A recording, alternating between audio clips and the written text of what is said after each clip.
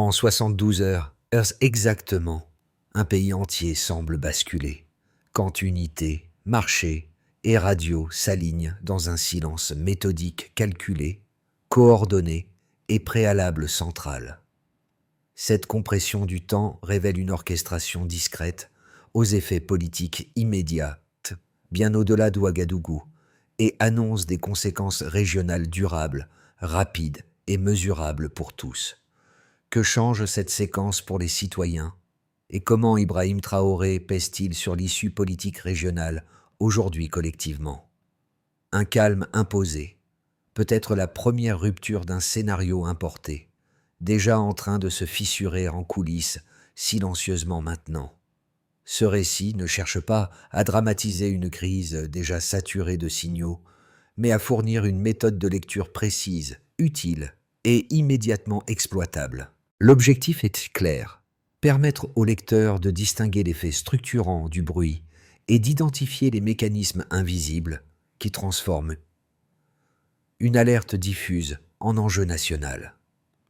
Cette grille offre un avantage stratégique durable, concret et vérifiable pour comprendre ce qui se joue réellement.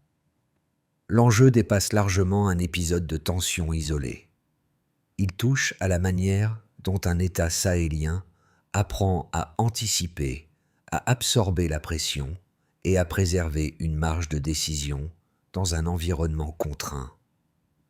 Derrière chaque silence officiel, chaque réunion annulée, chaque redéploiement discret, se dessine une logique d'action cohérente qu'il faut reconstruire pas à pas. Comprendre cette séquence, c'est aussi mesurer ce qui est en train de changer. Le rapport au temps, à l'information et à la souveraineté. Si cette mécanique est mal lue, elle alimente la confusion.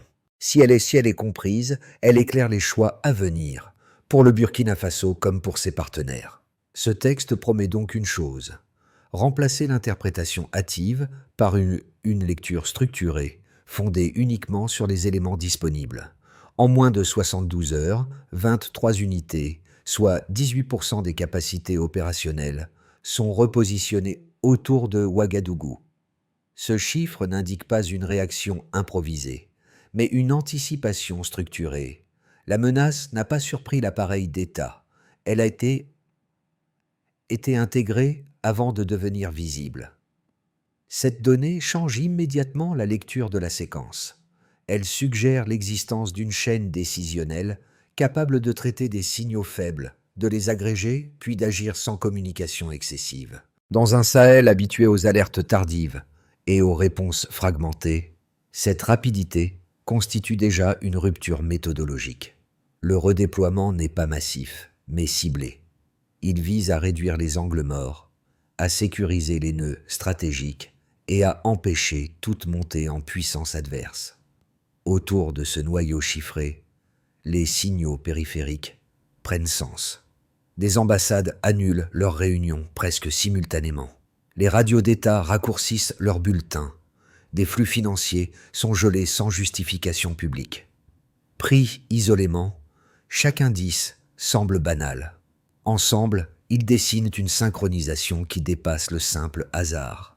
Cette convergence est typique des phases préparatoires observées dans d'autres crises sahéliennes récentes. C'est dans cet environnement compressé qu'apparaît la posture d'Ibrahim Traoré. Elle ne se manifeste pas par une multiplication de discours, mais par une gestion du tempo. Peu de mots, des gestes mesurés, et surtout une cohérence entre l'ordre donné et son exécution. Cette attitude sert de repère interne, autant pour les unités engagées que pour les administrations sous pression. Elle réduit l'incertitude, là où la rumeur cherche à s'installer. Le contexte régional amplifie encore l'enjeu. Le Burkina Faso est enclavé, mais stratégique. Chaque inflexion de sa trajectoire résonne au Mali, au Niger et au-delà. La séquence observée ici n'est donc pas seulement nationale. Elle agit comme un test, celui de la capacité d'un État sahélien à reprendre l'initiative dans un jeu d'influence, où le temps est devenu une arme. Derrière les décisions centrales, la stabilité précoce repose sur des figures opérationnelles rarement visibles. Elles agissent avant l'alerte officielle, dans un espace où l'erreur coûte plus cher que le silence. Leur rôle n'est pas symbolique, il est fonctionnel. Le colonel Sanou, chargé de la sécurité présidentielle, supervise une série de vérifications internes qui aboutissent à l'éviction temporaire de plusieurs officiers. Les motifs sont techniques: contacts non déclarés, échanges chiffrés, incohérence de procédure. L'impact est immédiat. Les circuits décisionnels se resserrent, les fuites potentielles se tarissent, et la chaîne de commandement retrouve une lisibilité indispensable en période de tension. Ce geste n'annonce pas une purge. Il installe une première ligne de défense administrative. Sur le terrain urbain, la capitaine Diarra coordonne les patrouilles nocturnes à Ouagadougou. Ses équipes sécurisent les bâtiments administratifs, observent des mouvements inhabituels et anticipent les points de friction avant qu'ils ne deviennent publics. Le travail est discret, répétitif, parfois ingrat. Pourtant, il produit un effet mesurable. Aucune prise de site stratégique, aucune panique collective, aucune bascule locale. La ville reste calme, non par inertie, mais par prévention. Ces deux trajectoires illustrent un même principe. La gestion d'une crise naissante se joue moins dans les annonces que dans la capacité à multiplier des micro-ajustements cohérents. Chaque contrôle interne, chaque patrouille anticipée réduit la marge de surprise adverse. L'impact précoce ne se lit pas en affrontement, mais en absence. Absence de débordement, absence de fracture visible, absence de relais interne pour une escalade. Reste une interrogation structurelle. Cette méthode peut contenir une alerte. Peut-elle empêcher sa répétition dans un environnement régional instable? Avant, tout semble presque ordinaire. Les bulletins radio raccourcissent sans explication. Les marchés ferment plus tôt. Des réunions diplomatiques sont reportées, puis annulées. Rien d'illégal, rien d'alarmant. Pourtant, la routine se modifie, subtilement, comme si le pays retenait son souffle. Puis, l'activation. Les services de renseignement détectent des échanges chiffrés entre plusieurs officiers et des interlocuteurs situés hors du territoire. Le vocabulaire utilisé n'est pas inédit. Il renvoie à un lexique déjà observé dans d'autres crises sahéliennes, souvent associé à des opérations présentées a posteriori comme des actions de restauration démocratique. L'alerte interne est déclenchée. Elle reste confinée. Aucun communiqué. Aucun signal public. La montée en tension est rapide. Le samedi, des drones non identifiés apparaissent au-dessus de la zone militaire nord. Leurs trajectoires sont brèves, répétitives, presque pédagogiques. Elles testent la réactivité, pas la défense. Le dimanche, des tracts anonymes circulent à Ouagadougou avec un message unique, simple, reproductible. Le slogan a déjà été vu ailleurs. Il fonctionne comme un marqueur d'influence, destiné à préparer l'opinion plutôt qu'à informer. Lundi marque le basculement. L'état-major passe en alerte maximale. Les permissions sont annulées. Les communications avec certaines garnisons deviennent instables. À l'aéroport, des diplomates quittent la capitale discrètement, sans agitation, mais de manière coordonnée. Les unités loyales se positionnent sur les axes clés. Blindés, carrefours, infrastructures stratégiques. La ville n'est pas bouclée, elle est tenue. C'est dans cette phase que la parole d'Ibrahim Traoré intervient. Elle est brève, calme, dépourvue d'effet de manche. Il ne dénonce pas une puissance précise. Il décrit une mécanique, celle qui, selon lui, se répète dans la région dès qu'un État tente de modifier trop vite son équilibre stratégique. Cette déclaration ne vise pas l'extérieur. Elle sert de cadre interne. Elle fixe une ligne de lecture pour les forces engagées et réduit l'espace de doute. La nuit est longue. Sirènes intermittentes. Vérification continue. Aucun affrontement. Aucun ralliement adverse. Le mardi, la pression change de nature. Des cyberattaques ciblent des sites gouvernementaux. Des vagues de désinformation envahissent les réseaux sociaux. Elles annoncent dans des défections imminentes, des divisions internes, une chute annoncée. Pourtant, rien ne se matérialise. Les garnisons tiennent. Les chaînes de commandement restent Intact. Des images circulent alors.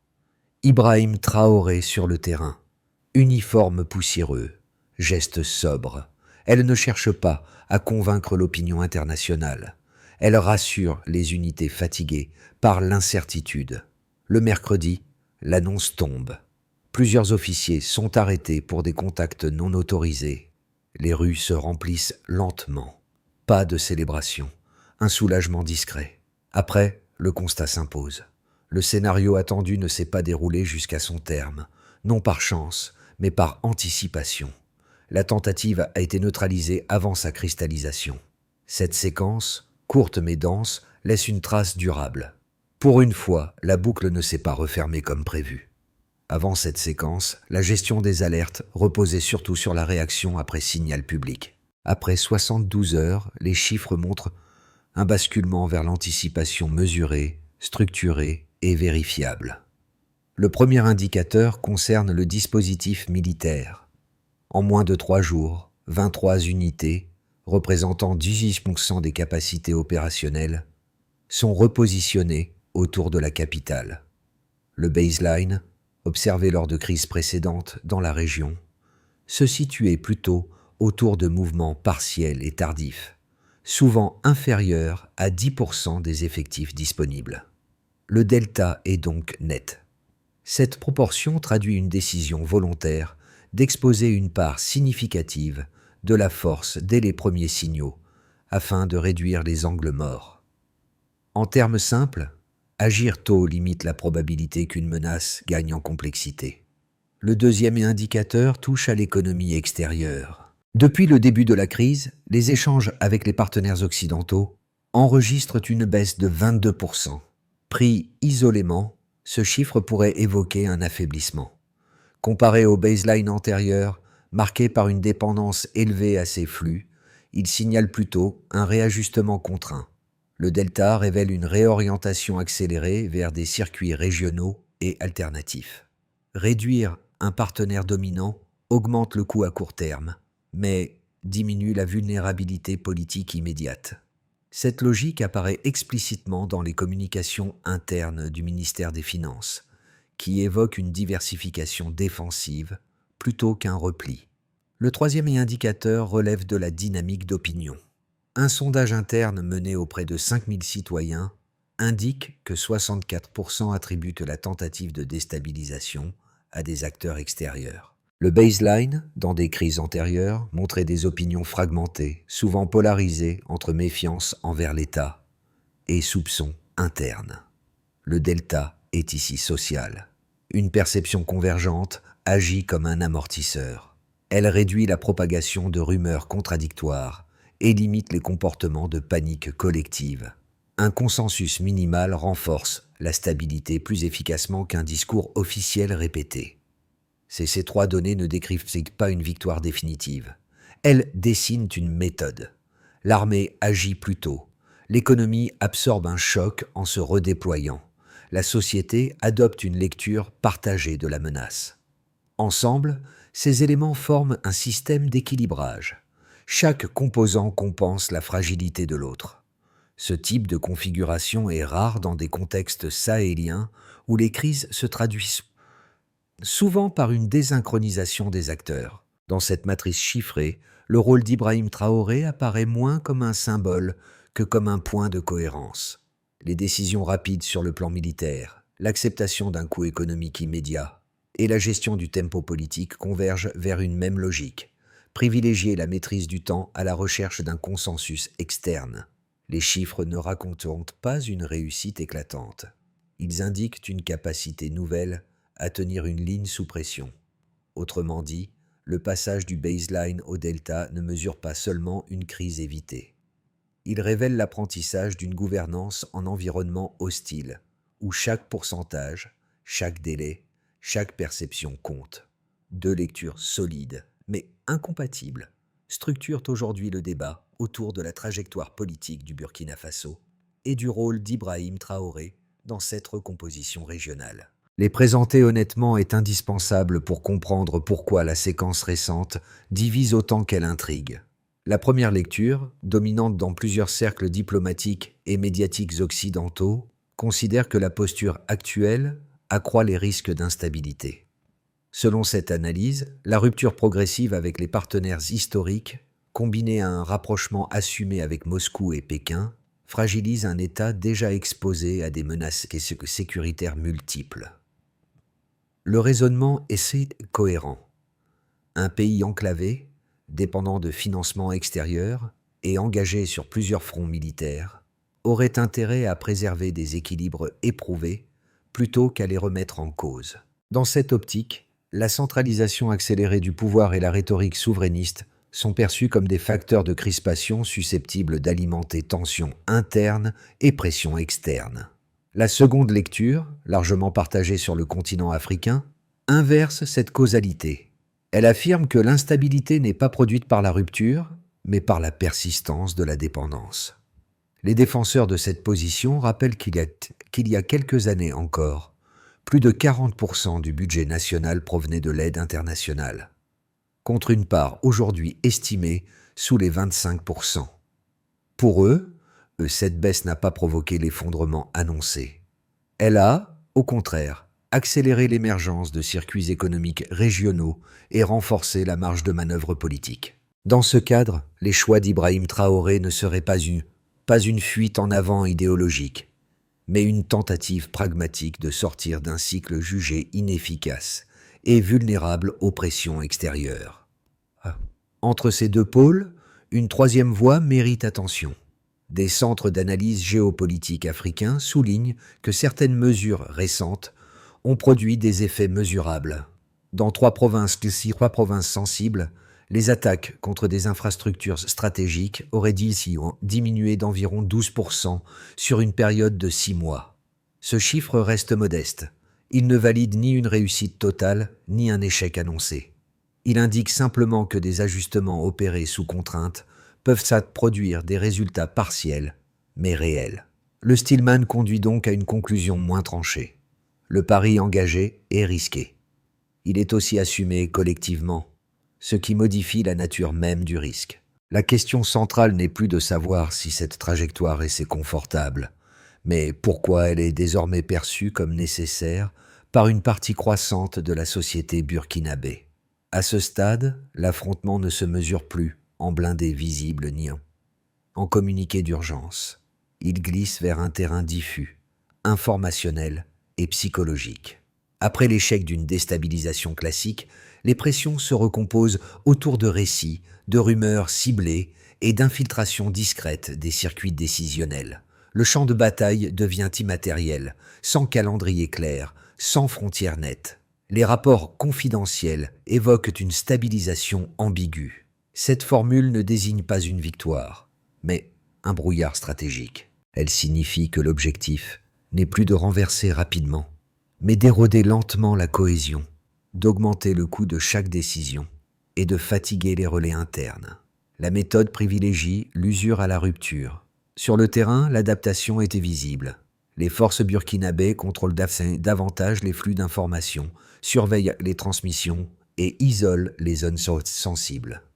Cette vigilance continue marque une transition. Anticiper des récits hostiles devient aussi crucial que contrer des mouvements armés. La sécurité se déplace du périmètre physique vers la maîtrise du tempo narratif. Dans ce contexte, Ibrahim Traoré introduit une inflexion décisive. Il transforme la vigilance en méthode de gouvernement. Sa formule, reprise en interne, redéfinit l'indépendance comme une discipline quotidienne plutôt qu'un événement ponctuel. La peur cesse d'être un moteur, elle devient un signal à traiter. Ce pivot narratif éclaire la suite. Empêcher la déstabilisation ne suffit plus. Il faut empêcher son installation progressive. Les effets sensibles de la séquence ne restent pas confinés au cercle sécuritaire. Ils se diffusent rapidement dans 4 sphères clés: l'État, les entreprises, les ménages et l'environnement régional. Chacune absorbe la pression à sa manière, mais toutes traduisent un même phénomène: une réorganisation accélérée sous contrainte. Pour l'État, la conséquence la plus visible est la centralisation fonctionnelle. Les délais entre renseignements, décisions et exécutions se réduisent. Plusieurs directions techniques sont regroupées afin de limiter les fuites et d'accélérer les arbitrages. La part du budget dédiée à la sécurité progresse, passant d'environ 24% à 32%. Ce glissement n'est pas présenté comme un durcissement politique, mais comme un mécanisme de protection. La logique est simple. Dans un environnement saturé de signaux hostiles, la lenteur devient une vulnérabilité. Sous l'impulsion d'Ibrahim Traoré, l'État privilégie la cohérence opérationnelle à l'explication permanente. Pour les entreprises, l'impact est plus contrasté. Dans les secteurs stratégiques, notamment miniers, plusieurs concessions étrangères sont suspendues le temps d'audits renforcés. Les exportations d'or reculent d'environ 15%, tandis que la production locale se maintient grâce à une réorientation vers des opérateurs régionaux. À court terme, le coût est réel. À moyen terme, certaines entreprises burkinabées adaptent leur chaîne logistique, misant sur des corridors africains pour préserver l'activité. Cette transition est imparfaite, mais elle réduit la dépendance à des capitaux volatiles en période de tension diplomatique. Pour les ménages, la pression se manifeste dans le quotidien. L'inflation alimentaire approche les 11%, affectant directement les budgets familiaux. Pourtant, des mécanismes de compensation émergent. Des réseaux communautaires s'organisent autour du stockage collectif de grains, de la mutualisation de l'énergie solaire et de circuits d'entraide locaux. Ces initiatives ne sont ni coordonnées par l'État, ni médiatisées. Elles traduisent une adaptation sociale spontanée. La vigilance ne se limite plus aux casernes. Elle s'installe dans les pratiques ordinaires, où tenir devient une forme d'engagement civique. Pour l'environnement régional, les répercussions sont immédiates. Le Mali et le Niger renforcent leur coordination sécuritaire avec le Burkina Faso. Ce rapprochement se matérialise par des opérations conjointes et une baisse d'environ 9% des incursions transfrontalières signalées. Cette synchronisation modifie les équilibres. Les marges d'influence traditionnelles se réduisent, tandis qu'un pôle régional se consolide autour d'une lecture partagée des menaces. Le discours souverainiste, incarné par Ibrahim Traoré, gagne en crédibilité dès lors qu'il s'accompagne d'effets immesurables. Pris ensemble, ces impacts ne dessinent ni un effondrement, ni une victoire. Ils révèlent une société contrainte d'apprendre vite. La conséquence majeure est peut-être là. La stabilité ne repose plus sur l'absence de pression, mais sur la capacité collective à l'absorber sans se fragmenter. À ce stade, l'avenir du Burkina Faso ne se prête pas à une prédiction unique. Les dynamiques observées ouvrent plutôt 3 trajectoires plausibles, chacune conditionnée par des choix internes et par l'évolution de l'environnement régional et international. Ces scénarios ne sont pas des prophéties, ils servent à clarifier les leviers qui peuvent infléchir la trajectoire du pays. D'abord, un scénario de base, celui d'une stabilité sous tension. Dans cette hypothèse, l'État parvient à maintenir un équilibre fonctionnel sans transformation majeure. Les forces armées consolident leurs dispositifs, limitant les incidents majeurs sans éradiquer les menaces.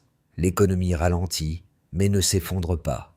Les partenariats régionaux compensent partiellement la baisse des échanges occidentaux. Sur le plan diplomatique, les frictions persistent, mais restent contenues. La stabilité repose moins sur un succès éclatant que sur une discipline collective. Tenir, corriger, ajuster. Si cette trajectoire prévaut, le pays s'installe dans une forme de normalité contrainte, coûteuse mais soutenable à court terme. Ensuite, un scénario plus optimiste, celui d'une consolidation progressive. Ici, les réformes engagées produisent des effets cumulatifs.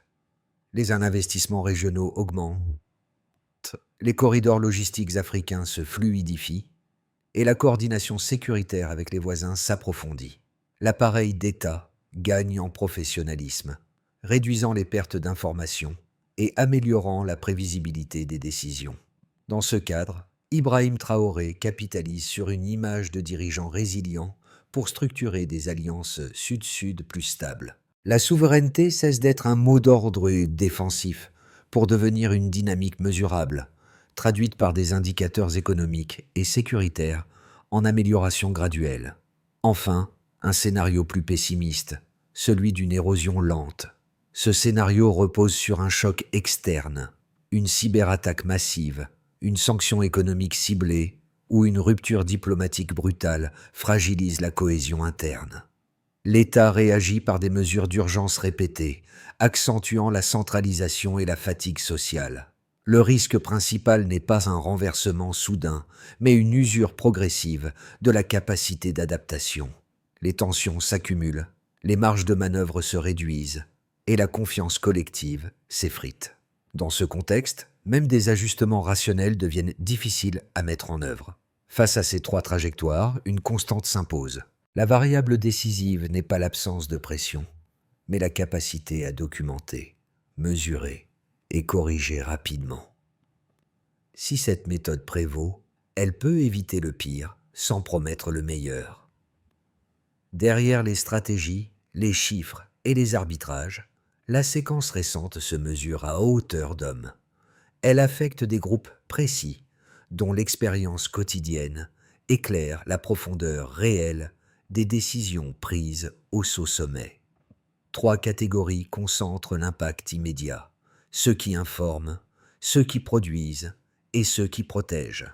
Ceux qui informent occupent une position fragile. Journalistes, enseignants, relais communautaires travaillent dans un environnement saturé de rumeurs et de récits concurrents. Leur tâche ne consiste plus seulement à transmettre, mais à filtrer, vérifier et contextualiser. Chaque information publiée engage une responsabilité accrue. Dans ce contexte, la crédibilité devient un capital rare. Elle se construit lentement, au prix de prudence et de pédagogie, et se perd rapidement. Leur rôle, souvent invisible, limite l'effet corrosif de la désinformation et maintient un espace commun de compréhension. Ceux qui produisent subissent directement les ajustements économiques. Commerçants, agriculteurs et petits entrepreneurs font face à des hausses de coûts, à des retards logistiques et à des incertitudes persistantes. Pourtant, l'adaptation domine. Circuits courts, coopération locale, mutualisation des stocks apparaissent comme des réponses pragmatiques. Ces initiatives n'annulent pas les difficultés, mais elles amortissent les chocs.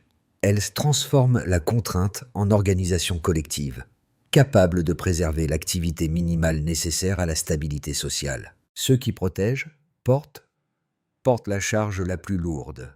Soldats, volontaires civils et équipes logistiques vivent au rythme des alertes, des patrouilles nocturnes et des transmissions à vérifier. Leur engagement n'est pas spectaculaire. Il est répétitif, exigeant et usant. Pourtant, il conditionne l'ensemble. Sans cette vigilance quotidienne, aucune décision politique ne peut produire d'effet durable. Ces trois groupes rappellent une évidence souvent négligée. La cohésion ne se décrète pas.